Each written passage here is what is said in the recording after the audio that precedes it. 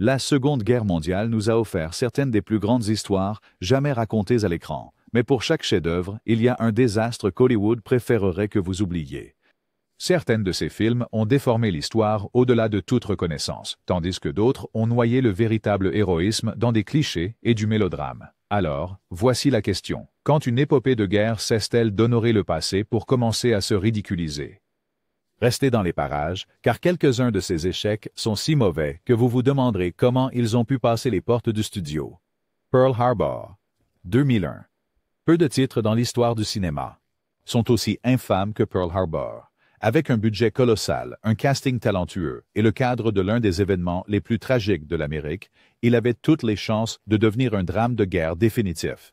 Au lieu de cela, Michael Bay a livré quelque chose de plus proche d'un soap opera brillant, avec des explosions. L'attaque de Pearl Harbor, l'un des jours les plus sombres de l'histoire des États-Unis, a été transformé en toile de fond pour un triangle amoureux qui semblait appartenir à un drame adolescent. Oui, les scènes d'action étaient visuellement impressionnantes. Les explosions rugissaient, les avions s'envolaient et le chaos de la bataille était mis en scène avec le style caractéristique de Bay. Mais quand la fumée s'est dissipée, ce qui restait était une histoire creuse remplie de clichés, de dialogues maladroits et de personnages douloureusement superficiels. Les critiques ont déchiré le film pour avoir exploité l'histoire plutôt que de l'honorer. Même les spectateurs qui aiment les blockbusters ont quitté les salles en ayant l'impression d'avoir été vendus du spectacle au lieu de la substance. La partie la plus frustrante, la véritable histoire de Pearl Harbor n'avait pas besoin d'embellissements hollywoodiens. Des milliers de vies ont été perdues, des familles ont été brisées, et le monde a été changé à jamais. Réduire cela à un décor pour une romance générique était plus que de mauvais goût. C'était une faute professionnelle cinématographique. Pearl Harbor n'est pas seulement un mauvais film sur la Seconde Guerre mondiale. C'est un avertissement sur ce qui se passe quand Hollywood privilégie le style à la sincérité. U-571, 2000. Si vous voulez un exemple typique de Hollywood réécrivant l'histoire, ne cherchez pas plus loin que U-571. Le film raconte l'histoire de marins américains capturant une machine Enigma allemande, un appareil de codage brillant utilisé par les nazis. Il y a juste un problème. Cela n'est jamais arrivé. En réalité, c'est la Royal Navy britannique qui a mené cette opération audacieuse à un coût élevé et avec bravoure. Mais dans le monde d'Hollywood, l'histoire a été déformée pour donner tout le crédit aux Américains. La réaction a été immédiate et brutale. Les historiens, les vétérans et même le premier ministre britannique de l'époque, Tony Blair, ont condamné le film pour ses inexactitudes flagrantes. Bien que les cinéastes aient tenté de faire valoir qu'il s'agissait simplement de fiction, cette excuse sonnait creux pour ceux qui ont vécu la guerre. Quand vous dépeignez de vraies batailles et de vrais sacrifices, l'exactitude compte. Et au-delà de la controverse historique, le film lui-même n'était pas exactement un bijou. Les scènes d'action étaient correctes, mais les personnages semblaient superficiels, et l'histoire est rapidement tombée dans des clichés de sous-marins classiques. Elle a essayé de jongler entre tension et spectacle, mais n'a satisfait personne.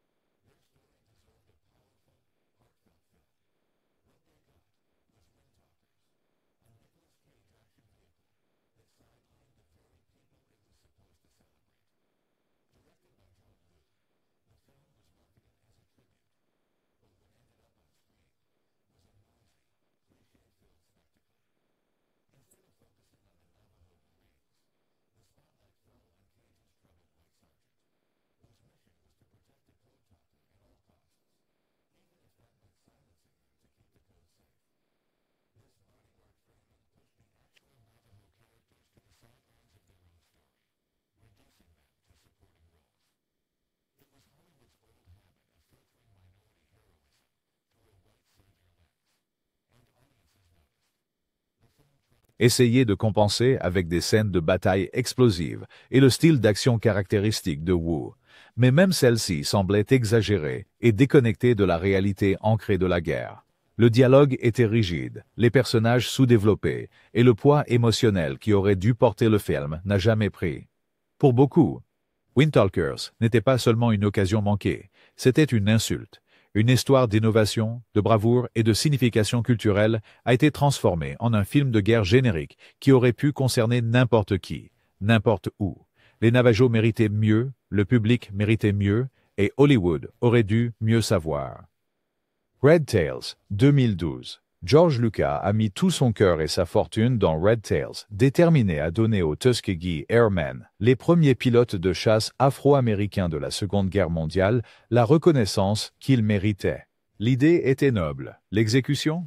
Pas tellement. Au lieu d'un drame de guerre réaliste et inspirant, le public a eu droit à un film caricatural et maladroit qui ressemblait et sonnait comme s'il avait été écrit pour la télévision du samedi matin. Les effets visuels étaient solides, surtout les séquences de combat aériens.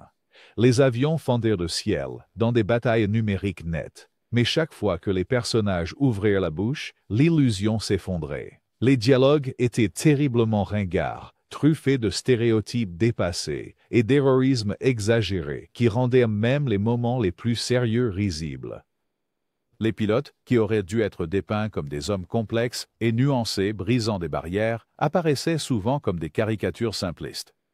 Les critiques voulaient l'apprécier, le public voulait l'apprécier, mais aucune bonne volonté ne pouvait masquer le fait que le scénario manquait de profondeur, de nuance ou d'authenticité.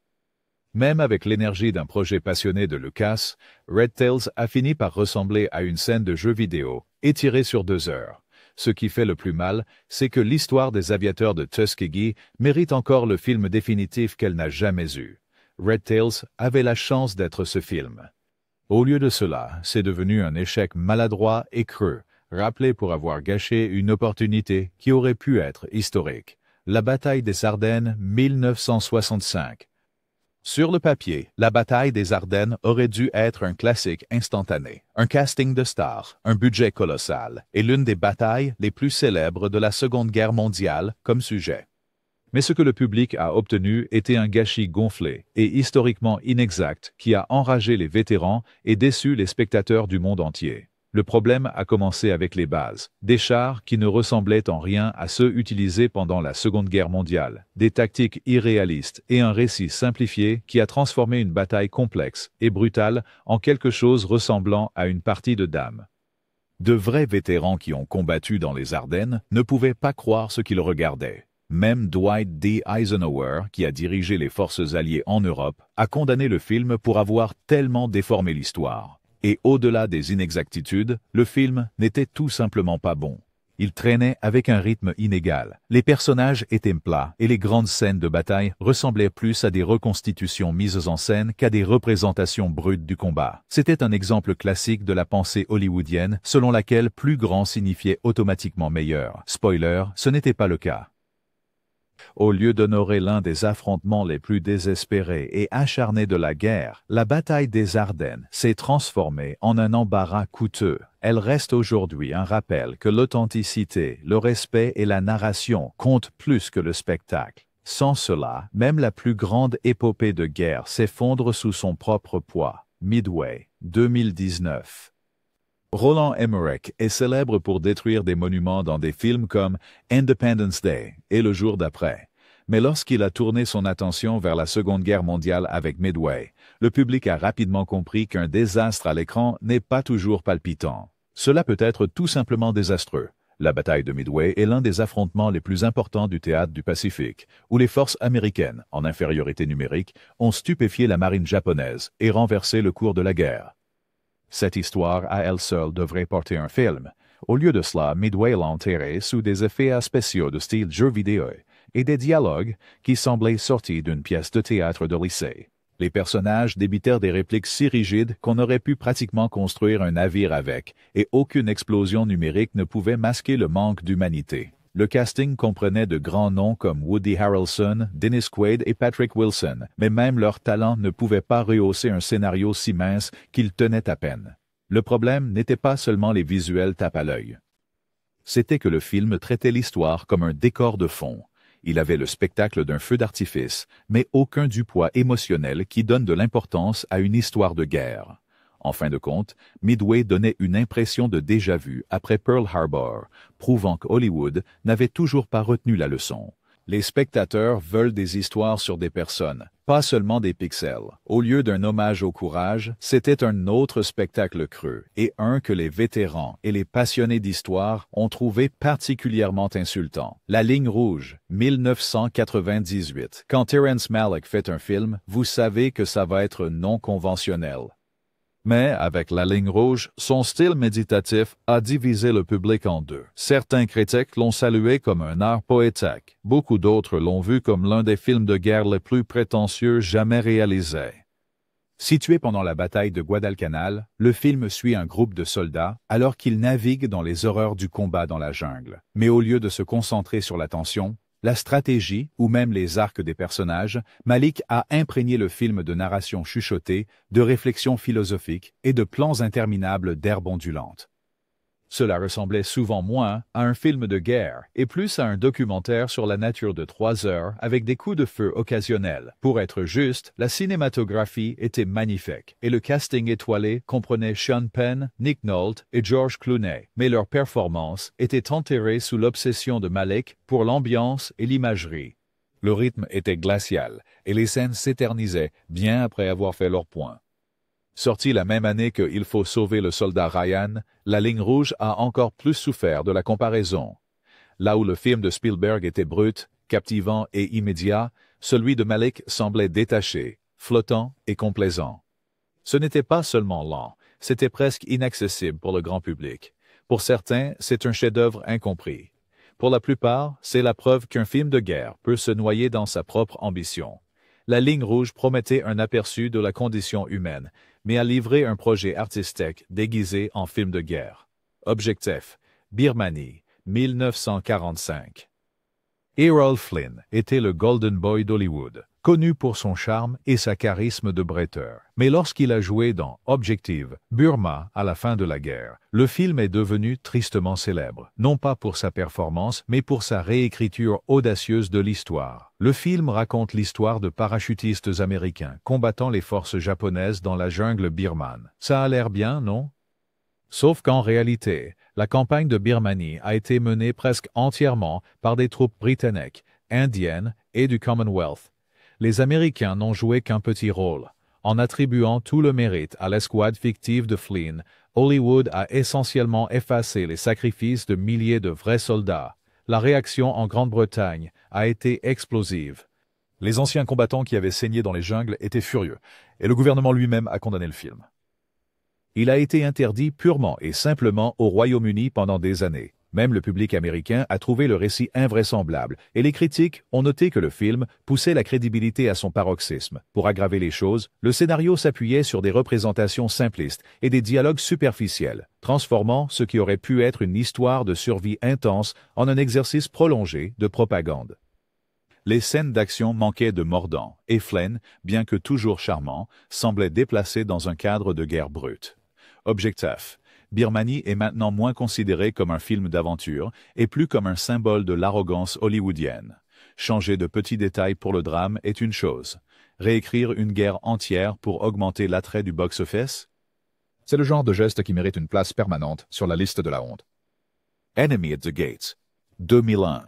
La bataille de Stalingrad fut l'une des confrontations les plus sanglantes et les plus cruciales de la Seconde Guerre mondiale. C'était l'enfer sur Terre, un affrontement brutal qui a changé le cours de l'histoire. Alors, quand Hollywood a décidé d'en faire un triangle amoureux de duels de snipers, vous pouvez imaginer la déception. Enemy at the Gates se concentre sur un duel entre le sniper soviétique Vassili Zaitsev, joué par Jude Law, et un homologue allemand. Sur le papier, ce scénario a tous les ingrédients d'un thriller de guerre tendu et captivant. Dans l'exécution, c'était inégal au mieux. Le plus gros problème, le film ne pouvait pas décider ce qu'il voulait être. Un moment, c'était un drame de survie brute. Le suivant, c'était une romance maladroite qui semblait forcée et déplacée. Les accents n'ont pas aidé non plus. Presque tous les acteurs, de Jude Law à Rachel Weisz en passant par Bob Hoskins, parlaient avec leur propre appro. approximation d'un accent russe, qui a complètement sorti le public de l'histoire. Ajoutez à cela quelques libertés historiques discutables, et ce qui aurait dû être un film de guerre palpitant s'est transformé en quelque chose de risible. À son crédit, quelques scènes ont capturé efficacement le chaos de Stalingrad. Mais ces aperçus de grandeur étaient enterrés sous un scénario qui ressemblait plus à Hollywood, essayant d'imiter un film de guerre qu'à en livrer un véritable. Le résultat fut un film qui semblait sérieux en surface, mais s'effondrait sous le poids de ses propres clichés.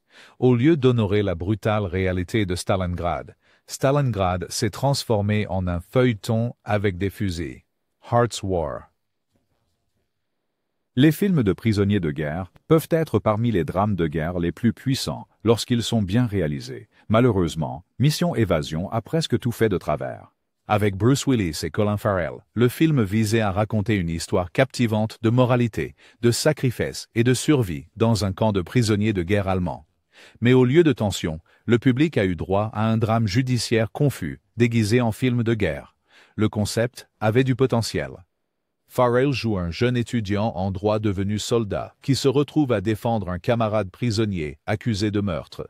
Cela aurait pu être une histoire captivante sur la justesse dans des conditions impossibles, mais l'exécution était douloureusement lente, les dialogues rigides et le suspense inexistant. Les scènes qui auraient dû être chargées d'émotions semblaient plates, et même Willis, habituellement fiable, semblait faire les choses machinalement. Le véritable crime, cependant, était la façon dont le film a gâché son décor. Un camp de prisonniers de guerre est propice à la narration, la désespoir, les tentatives d'évasion, la lutte constante pour la dignité et la survie. Au lieu de s'appuyer là-dessus, la guerre de l'ombre s'est enlisée dans des scènes de procès interminables qui ont ralenti le rythme. Au moment où le film atteignait son climax, le public avait déjà décroché. Les critiques ont été impitoyables, le qualifiant d'ennuyeux, prévisible et sans inspiration. Même les fans de drames judiciaires ont estimé qu'il était mal géré. En essayant de mélanger deux genres, épopée de guerre et thriller juridique, le film n'a rendu justice à aucun des deux. Cœur de guerre aurait pu être un drame tendu et émouvant sur la Seconde Guerre mondiale. Au lieu de cela, c'était une corvée oubliable qui a laissé les spectateurs souhaiter avoir passé 2 heures sur littéralement n'importe quoi d'autre. Avec Robert Mitchum et Peter Falk en tête d'affiche, Anzio aurait dû être une épopée de guerre inoubliable. Au lieu de cela, c'est devenu l'un des films sur la Seconde Guerre mondiale les plus ennuyeux et les plus dépourvus d'inspiration jamais sortis. La bataille d'Anzio fut une campagne éprouvante, marquée par des combats brutaux et des erreurs tactiques qui ont maintenu les soldats alliés immobilisés bien plus longtemps que prévu. Ce genre de tension aurait dû donner un cinéma captivant, mais à l'écran, cela ressemblait à une conférence plate et décousue. Le film ne savait pas ce qu'il voulait être. Était-ce une critique anti-guerre? Une histoire de combat direct? Un drame de personnages? Le résultat était un mélange confus qui ne satisfaisait personne. Le rythme traînait, les dialogues semblaient sans vie, et même les scènes d'action, censées être le point fort, étaient mises en scène sans énergie. Les spectateurs s'attendant à des batailles tendues ont plutôt eu de longues périodes de vide, interrompues par des combats sans inspiration. Le plus grand échec, cependant, fut la manière dont Anzio a traité ses personnages. Le correspondant de guerre de Mitchum semblait détaché de tout ce qui se passait autour de lui, tandis que les soldats secondaires ressemblaient à des stéréotypes recyclés de meilleurs films. Au lieu de plonger le public dans le chaos de l'Italie, le film les tenait à distance. Les critiques de l'époque ont qualifié Anzio d'ennuyeux et d'égaré, et aujourd'hui, il est rappelé comme un exemple de potentiel gâché. Avec son casting solide et son sujet, il aurait pu être un film de guerre remarquable. Au lieu de cela, il est devenu une autre entrée gonflée dans la longue liste des échecs de Hollywood. À première vue, Attack semblait être l'un de ces films audacieux du milieu du siècle qui remettaient en question le modèle traditionnel du film de guerre héroïque. Réalisé par Robert Aldrich, il visait à montrer la lâcheté et la corruption dans les rangs des officiers. Idée audacieuse, n'est-ce pas? Malheureusement, l'exécution était maladroite, et ce qui aurait pu être révolutionnaire s'est terminé par un échec lourd et maladroit. L'histoire suit un groupe d'infanterie sous le commandement d'un officier incompétent dont les mauvaises décisions coûtent des vies. Sur le papier, c'est compris. Matériel convaincant. Mettre en lumière les défauts du leadership militaire aurait pu susciter une discussion sérieuse, mais au lieu de nuances, le film a martelé son point avec une telle force qu'il a perdu en crédibilité. Les personnages ressemblaient à des caricatures. Les dialogues étaient théâtraux plutôt qu'authentiques, et les tentatives de complexité morale semblaient artificielles plutôt que puissantes. Certaines audiences ont apprécié la tentative de réalisme, mais beaucoup l'ont trouvée frustrante. Au lieu de dépeindre les zones grises de la guerre, le film a tout peint en noir et blanc. Les soldats n'étaient pas des personnes, ils étaient des symboles. Les officiers n'étaient pas des humains imparfaits, ils étaient des méchants. Et en insistant autant, le film a sapé son propre message. Le résultat, Attaque est moins retenu comme une critique courageuse et plus comme une étude de cas sur la façon de ne pas équilibrer message et narration. Il a essayé d'être provoquant, mais a fini par être superficiel, prouvant que des idées audacieuses ne signifient rien si l'exécution échoue. Pour en finir avec toutes les guerres, 2001. Les films de prisonniers de guerre de la Seconde Guerre mondiale ont une longue tradition d'histoire captivante sur la survie et la résilience. To End All Wars, avec Kiefer Sutherland et Robert Carlyle, aurait dû porter ce flambeau.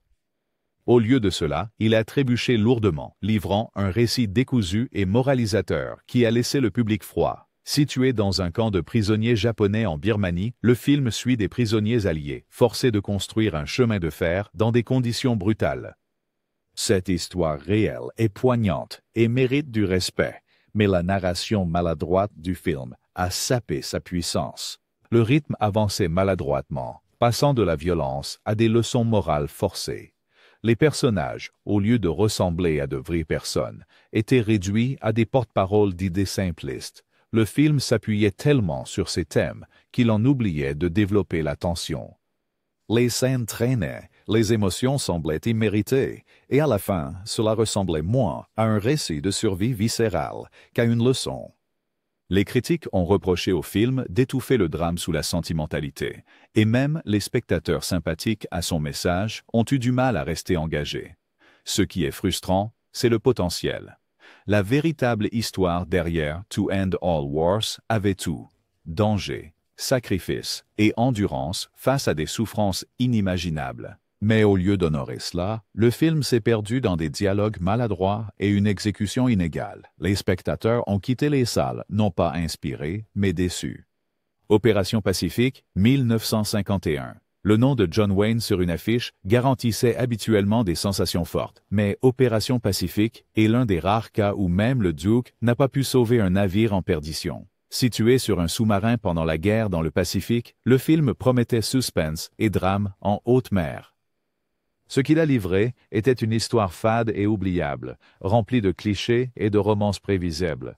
Au lieu de capturer la tension claustrophobe de la guerre sous-marine, le film a survolé la réalité et s'est contenté d'un drame superficiel.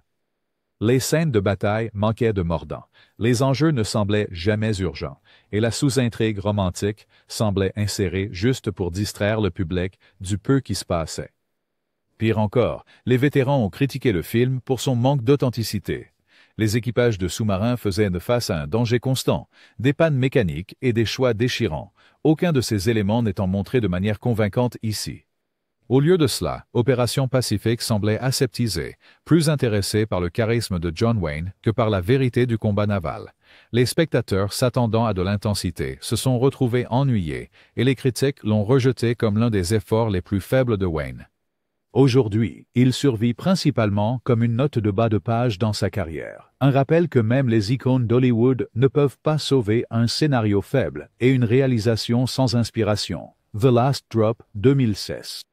Si vous n'avez jamais entendu parler de The Last Drop, il y a une raison. Ce navet sorti directement en vidéo a tenté de combiner un drame de guerre avec un scénario de braquage, et le résultat a été un désastre. Avec Billy Zane et Michael Madsen, le film suit un groupe hétéroclite de soldats alliés envoyés derrière les lignes ennemies pendant l'opération Market Garden. Ça semble excitant, non? Malheureusement, l'exécution était purement chaotique. La production avait l'air bon marché dès la première image. Les décors semblaient fragiles, les costumes ressemblaient à des locations, et les dialogues étaient si rigides qu'ils auraient pu être écrits par un ordinateur. L'angle supposé du cambriolage était confus et mal expliqué, laissant le public incertain s'il regardait un film de guerre.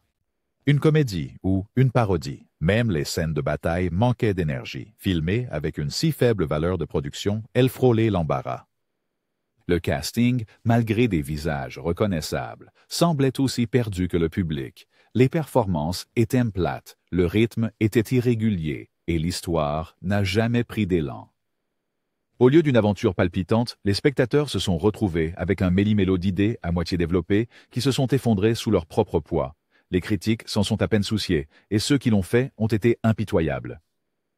Pour beaucoup, The Last Drop représente le fond du baril pour les films de Yu Chua-si, un film si confus, si mal exécuté et si oubliable qu'il ressemble à une parodie de lui-même. Et voilà, 15 films de Wasi dont Hollywood devrait avoir honte. Un peu d'histoire bâclée, certains noyés dans les clichés, et d'autres étaient tout simplement ennuyeux. Ensemble, ils prouvent que même avec le meilleur matériau narratif de l'histoire humaine, un mauvais film trouve toujours un moyen. Lequel, selon vous, mérite la couronne du pire? Partagez vos pensées ci-dessous, appuyez sur le bouton s'abonner et partagez cela avec un ami qui aime les films, parce que parfois, les échecs sont tout aussi fascinants que les chefs-d'œuvre.